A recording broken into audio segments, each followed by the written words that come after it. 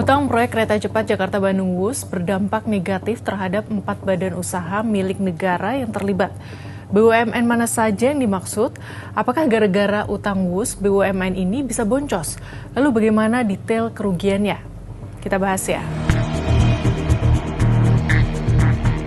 4 BUMN Indonesia pemilik PT Kereta Cepat Indonesia Cina bergabung dalam PT Pilar Sinergi BUMN Indonesia atau PSBI. KAI menguasai mayoritas saham yakni 58,5%. Berikutnya adalah Wika sebesar 33,4%, PT Jasa Marga sebesar 7,1%, dan PT Perkebunan Nusantara 8 sebesar 1,03%. Pengajar Universitas Paramadina Wijayanto Samirin Jumat 14 November 2025 mengatakan, BUMN di konsorsium PSBI mengalami kemerosotan keuangan akibat proyek WUS.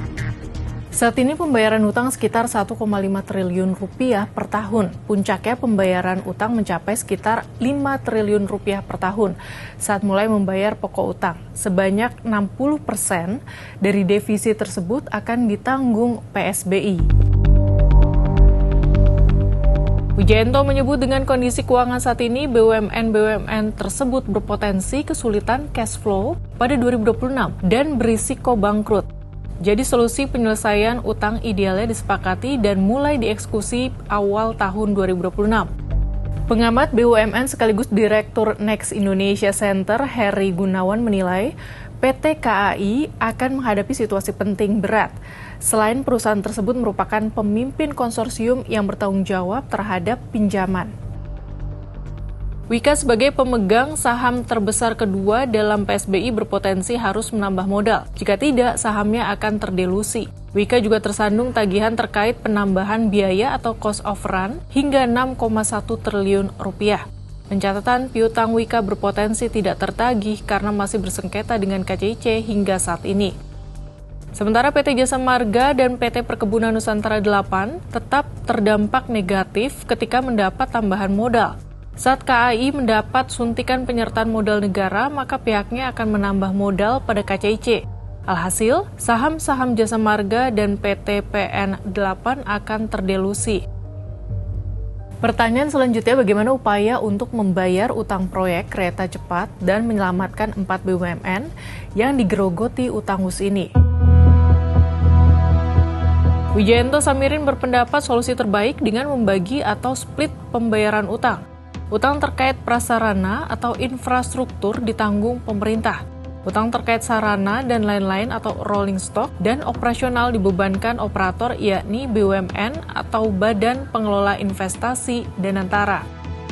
Cara ini sesuai dengan Undang-Undang Nomor 23 Tahun 2007 tentang Perkeretaapian. Dalam konteks WUS, pemerintah menanggung 80% utang porsi PSBI, sementara 20% sisanya dibebankan Danantara. Untuk penyelesaian utang WUS, Wijayanto pun menyebut setidaknya perlu 3 macam negosiasi dalam penyelesaian masalah utang WUS. Pertama, negosiasi KCIC dengan Bank Pembangunan Cina atau CDB. Kedua, negosiasi Danantara dan Kementerian Keuangan mengenai pembagian beban utang. Ketiga, negosiasi KCIC dengan vendor-vendor yang belum dibayar. Berdasarkan data terakhir, nilai awal proyek kereta cepat Jakarta-Bandung tercatat 6,07 miliar dolar AS atau 101,17 triliun rupiah dengan kurs 16.664 per dolar AS.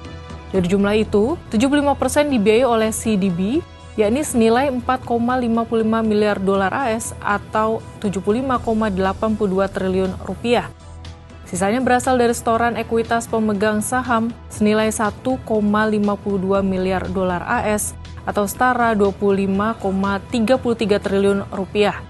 Para investor ini adalah konsorsium perusahaan asal Cina yang memegang 40% saham dan konsorsium BUMN Indonesia dengan 60% saham. Biaya itu belum termasuk tambahan pembengkakan biaya senilai 1,2 miliar dolar AS atau setara dengan 20 triliun rupiah. Nilai tambahan ini disepakati pada Februari 2023. Sahabat Kompas, semoga polemik utang WUS ini segera clear ya di akhir tahun 2025. Jangan sampai polemiknya berlanjut di tahun baru nanti. Masa keretanya cepat, penyelesaian utangnya lambat.